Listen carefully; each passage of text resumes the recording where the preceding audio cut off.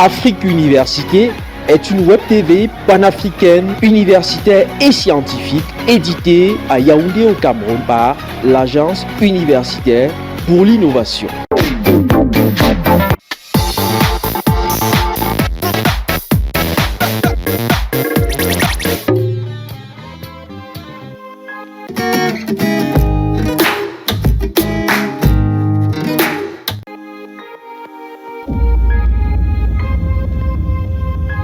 Selon les informations que j'ai lues, sans être du domaine de la biochimie ou de la pharmacie, bon, il est apparu que dans quelques pays qui ont testé notamment la Chine et récemment la France, il est apparu donc l'hydroxychloroquine, qui est un dérivé de la chloroquine, dérivé de la quinine, aurait donc des effets assez intéressants dans le traitement d'une infection ou d'une infection à coronavirus. Nous avions eu ici autrefois dans les plantations de Marcel Lagarde des vastes étendues de quinquina qui servaient à la production de la quinine. Le ferme quinquina est créé en 1942 par l'ingénieur agronome français Jean-Marcel Lagarde pour multiplier les plants de quinquina et planter le quinquina dans le but de fabriquer la nivaquine utilisée pour traiter le paludisme. Nous avons suggéré aux responsables de la ferme quinquina de voir dans quelle mesure ils pourraient relancer une pépinière, quitte à ce que, au bout de quelques années, 5-10 ans, on puisse reboiser, replanter et voir dans quelle mesure on peut avoir des débouchés.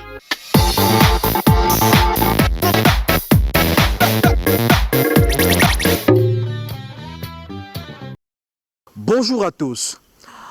Alors qu'en France, l'État, en cette fin de mois de mars 2020, vient d'indiquer que la chloroquine peut être prescrite aux malades du Covid-19, l'on se rappelle brusquement que ce médicament est issu du quinquina, un arbuste pas inconnu en Afrique. Par exemple, nous sommes ici à Tchan, à l'ouest du Cameroun. Derrière moi, c'est ce qui reste du cœur de la station quinquina de Tchan, créée dans les années 40 par les Français. Ici donc, on transformait les écorces de quinquina en quinine, puis on exportait vers la France. Qu'est devenue cette station? Pourquoi a-t-on arrêté la transformation du quinquina? Peut-on relancer cette filière ici à l'ouest du Cameroun? C'est l'objet de ce magazine. C'est spécial sur Afrique Université TV.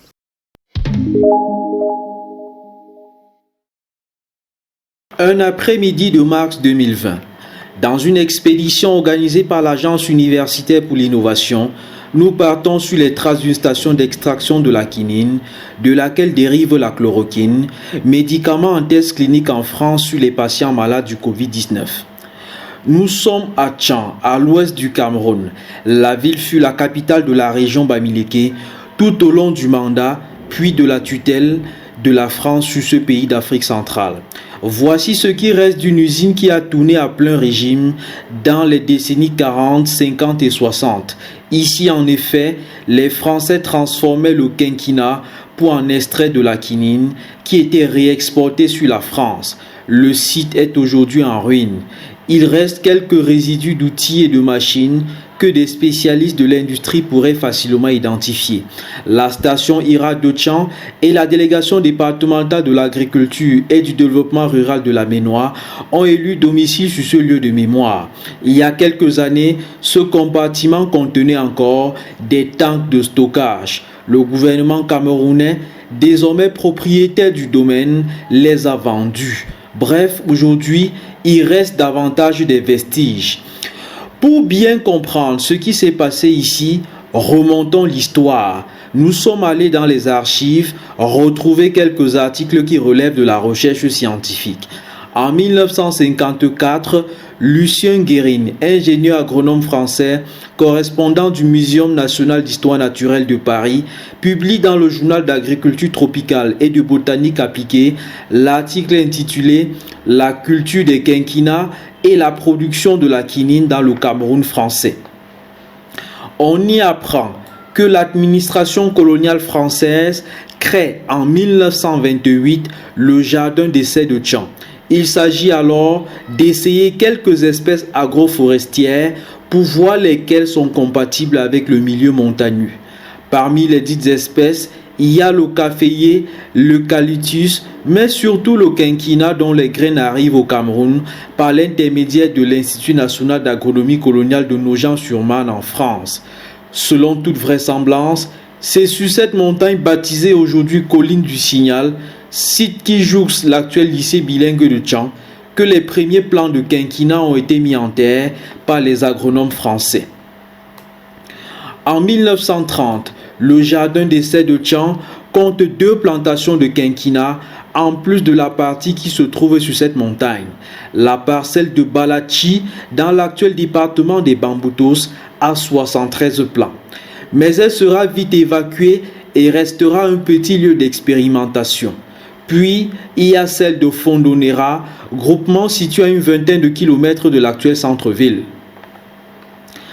En 1949, toujours dans le journal d'agriculture tropicale et de botanique appliquée de France, un autre auteur, François Scarron, répertorie déjà des plantations de quinquina dans les groupements Bafou et Balevin dans la Ménois et Babadjou dans les Bamboutos, le tout rattaché au jardin d'essai de Tchang.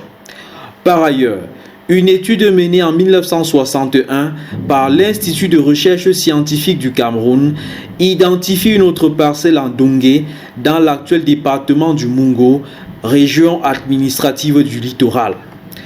Jusque-là, les superficies cultivées sont jugées insuffisantes. C'est là que vient l'idée de créer les parcelles de Bansoa, situées à environ 30 km du centre-ville de Tchang. Plus d'1 million de plants y seront mis en terre. Quoi qu'il en soit, en 1933, le jardin de Tchang, éclaté sur plusieurs micro-territoires, compte 1 789 000 plants de quinquina. C'est cette année-là que les premiers prélèvements se font, puis sont expédiés à l'Institut de Nogent en France pour mesurer la teneur en quinine sur chacune des 2 espèces plantées ici. Dès 1940, plus question de faire ce voyage en métropole pour les essais. Les résultats sont concluants. La teneur en quinine peut sous-tendre une exploitation industrielle viable. À résultat des courses, un laboratoire d'analyse est construit à la station. Le 21 mai 1942, le haut-commissaire de la France au Cameroun signe un arrêté qui transforme le jardin d'essai de Tchang en station expérimentale du quinquina. C'est en 1944 que les parcelles établies sur les grandes surfaces comme à Bansoa rentrent en production. Le laboratoire construit sur place permet d'extraire 8 à 32 kg de quinine à l'hectare, ce qui conduit à l'achèvement de la construction de cette usine d'extraction de la quinine en 1945. Il faut dire qu'elle aurait pu se faire plus tôt. La Deuxième Guerre mondiale, dans laquelle la France engage ce qu'elle appelle les indigènes, freine bien le projet. Une fois achevée, l'usine d'extraction permet de produire 7 à 8 tonnes de quinine par an, selon ce qu'on peut lire dans l'article de Lucien Guérine, publié en 1954. Précisément, cette année-là, selon les décomptes de l'ingénieur agronome, l'ensemble des parcelles de la station quinquina de Tchang donne 134 hectares. Les populations dans divers groupements exploitent quant à elles une superficie cumulée de 211 hectares. Elles ont l'obligation de vendre à vil prix leur production à l'usine.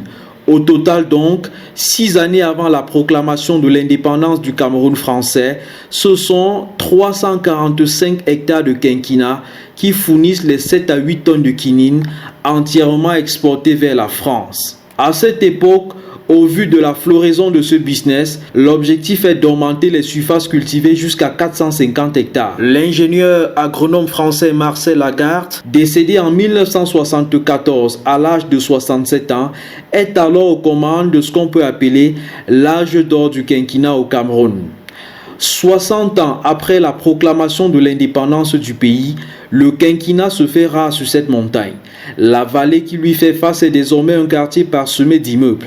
Pour revoir un plan de quinquennat, nous mettons le cap à une trentaine de kilomètres de là, dans l'arrondissement de Penka-Michel et notamment le groupement Bansoa.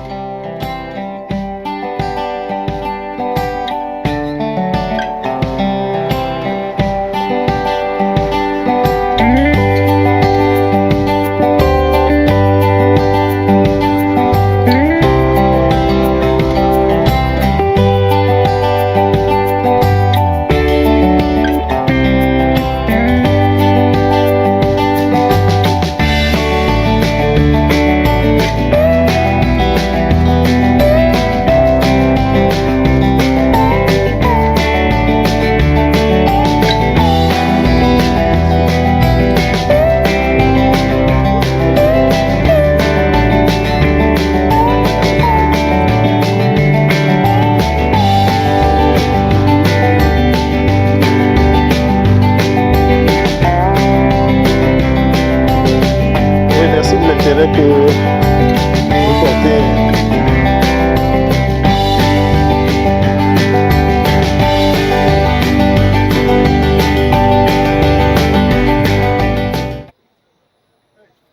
Nous entrons dans le domaine de ce qui s'appelle encore ferme de multiplication du quinquennat de Bansoa, propriété du ministère camerounais de l'Agriculture et du Développement rural.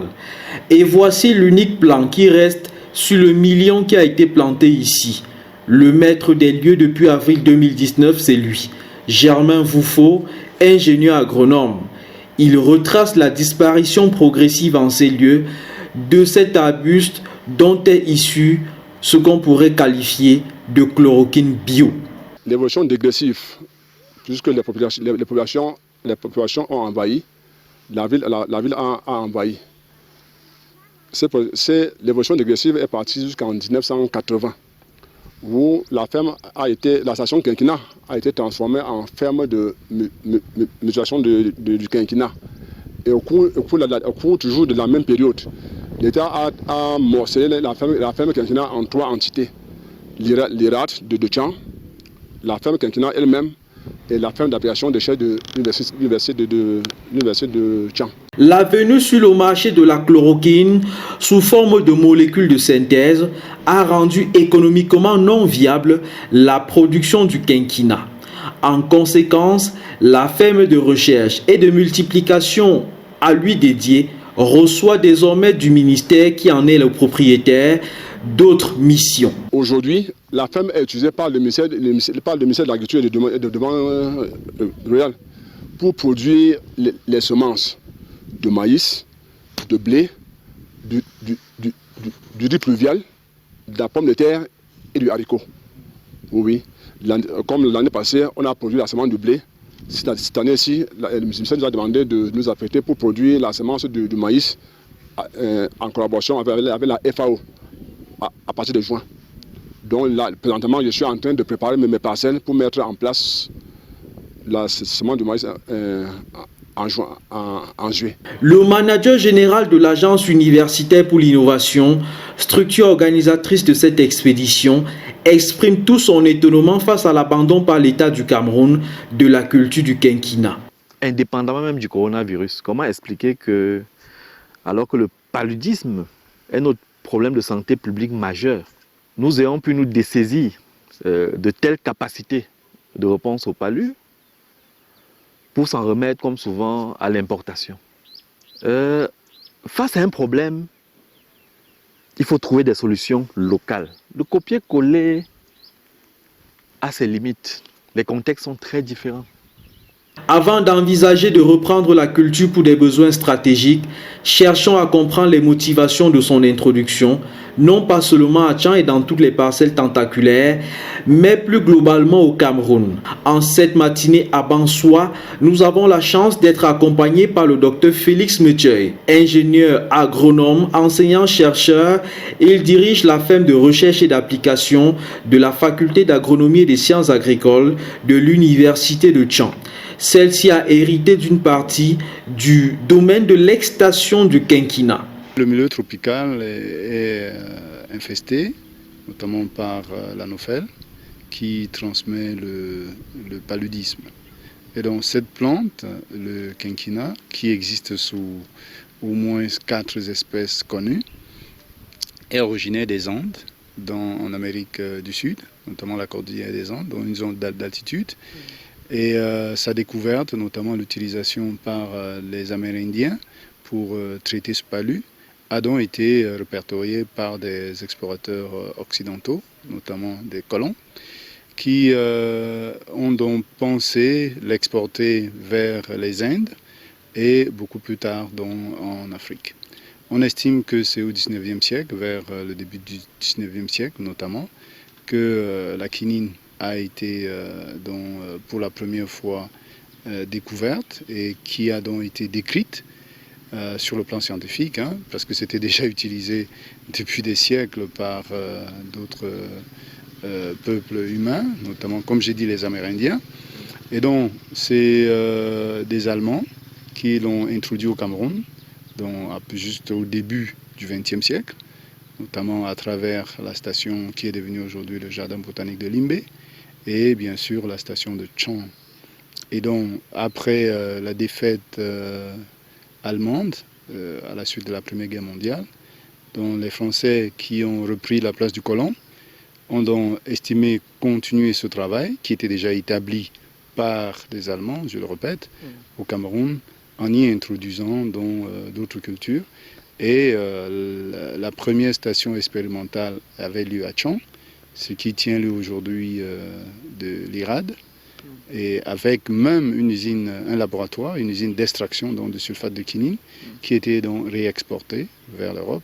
Et évidemment, une autre partie de cette quinine, puisqu'il y a la quinine rouge à écorce rouge et la quinine à écorce jaune, ça c'est l'écorce jaune, qui était donc utilisée, beaucoup plus riche en quinine, et utilisée aussi, non seulement dans la fabrication des médicaments, mais aussi dans la fabrication des alcools, notamment pour des apéros, des apéritifs. Le choix de l'actuelle région administrative de l'Ouest pour implanter l'usine d'extraction de la quinine s'expliquait par le relief de cette partie du territoire camerounais. Pourquoi uniquement dans la région de l'Ouest? Parce que la cordillère des Andes est une zone d'altitude et donc la zone subtempérée correspondait mieux à l'environnement idéal pour la culture de cette plante. Et donc cette plante a été exploitée au Cameroun à peu près, d'après les quelques informations auxquelles j'ai pu avoir part.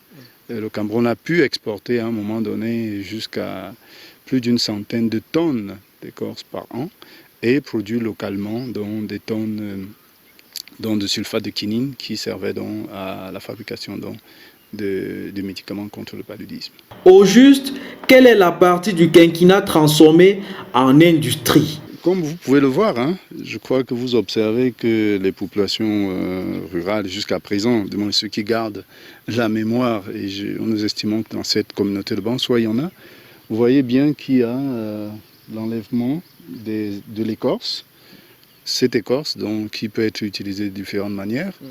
Bon, il y a des procédés d'extraction et de la précipitation de la quinine, d'autres procédés utilisés localement, notamment en indigénat, ou en pharmacopée, c'est de faire ébouillanter, parce que la chaleur fait donc extraire cette matière. Et donc c'est essentiellement l'écorce.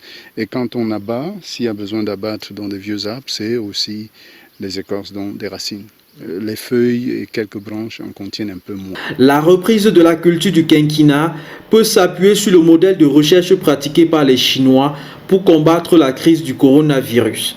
Mais il faudra surtout comprendre que le cycle long de cette espèce végétale a joué en sa défaveur dans une région au peuplement dense avec des besoins en produits vivriers sans cesse croissants et des obligations de rentabilité à court terme pour tout projet agricole. Il se trouve que l'hydroxychloroquine dérivée de la chloroquine, elle-même dérivée de la quinine, paraît avoir des effets intéressants. Et ça, je pense qu'il faut tirer un coup de chapeau à la démarche scientifique chinoise qui, face à une question nouvelle, ne va pas forcément chercher des choses nouvelles, mais va faire ce qu'on appelle en démarche scientifique le repositioning, qui est donc de rechercher dans des solutions qui existaient déjà, des solutions qui pourraient être adaptées à la situation nouvelle. Il faut avouer que cette plante a eu pour concurrent principal comme plante commerciale pour cette zone le café. Et donc le café robusta qui était moins pénible. Il suffisait de cueillir des baies, de les nettoyer pour ce qui est de l'arabica ou de les sécher pour ce qui est du robusta pour les vendre au kilo. Alors qu'ici, ça demandait à peu près d'attendre jusqu'à 5 ans, 6 ans et même 10 ans pour avoir des bonnes récoltes, puisqu'il s'agissait tout simplement d'enlever de l'écorce et de faire sécher et de vendre. L'on comprend donc qu'il faut régler l'équation de la viabilité économique avant de relancer la culture à grande échelle de cet arbuste matière première de la chloroquine. Pour le sous-préfet de l'arrondissement de Penka-Michel, il faut que la culture du quinquina reprenne sur son territoire de commandement. C'est le moment pour moi peut-être de signaler cela à ma hiérarchie directe et peut-être saisir également Madame le ministre de la Recherche scientifique pour dire qu'ici en son temps avait existé un véritable pôle de recherche scientifique, une véritable production de la quinine. Donc, je vais m'y mettre.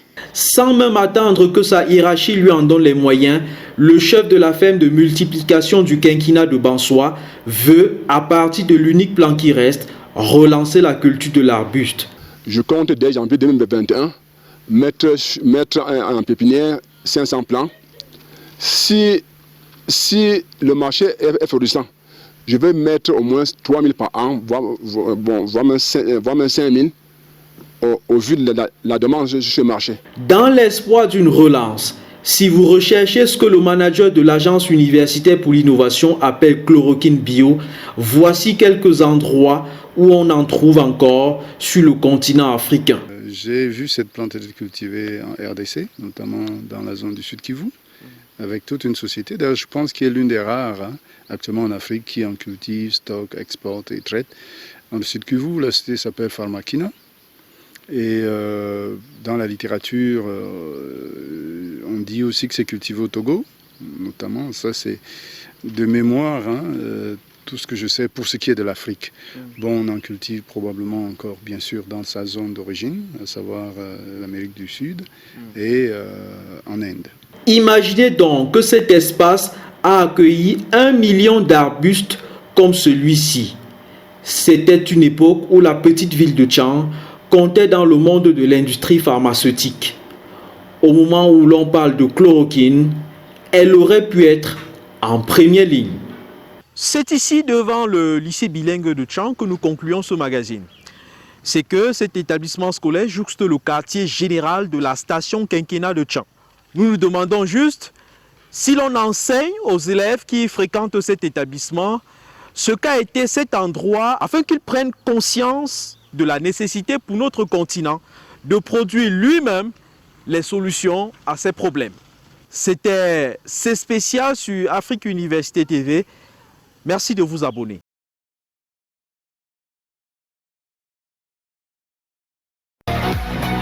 Afrique Université est une web TV panafricaine, universitaire et scientifique éditée à Yaoundé au Cameroun par l'Agence universitaire pour l'innovation.